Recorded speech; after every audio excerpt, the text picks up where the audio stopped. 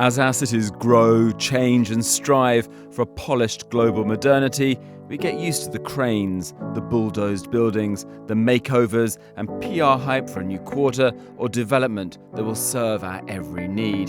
And yes, sometimes things do work better, but too often you're faced with another project that repeats the default design solutions of the day and ignores the simple fixes that were needed all along.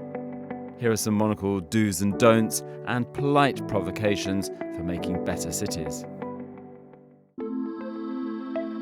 Number 1. Fewer glass balconies, please. Jutting like bucked teeth from even the tallest towers, they are rarely big enough to take a table, let alone some greenery. Instead, they become airborne bike parks and the dumping place for unused barbecues. Loggias are the solution. They keep buildings neat and clutter-free. 2. How about just less glass? Walls of plate glass may gleam in Midtown, but when it comes to welcoming retail or nicer neighbourhoods, they bounce your way and they set the mood to corporate chill. And why do we see so much glass? Because it's cheap. Plea number 3 is for shadow and shade. Where can you perch when the sky is open or the mercury rises? Where are the spots under big trees against sheltering screens that dapple the light and bust the glare? 4. Talking of trees, we need more adventurous landscaping that's wild at the edges, less planned and preened, undulations, twists, and enough flowers to pull in a passing bird. And 5. More turns and twists, full stop. While we like linear modernism, we also like alleys and roads and paths that lure with their meanders. 6. Life after dark.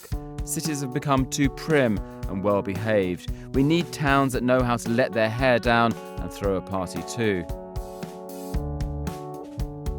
And that brings us to number 7. Silence isn't always golden.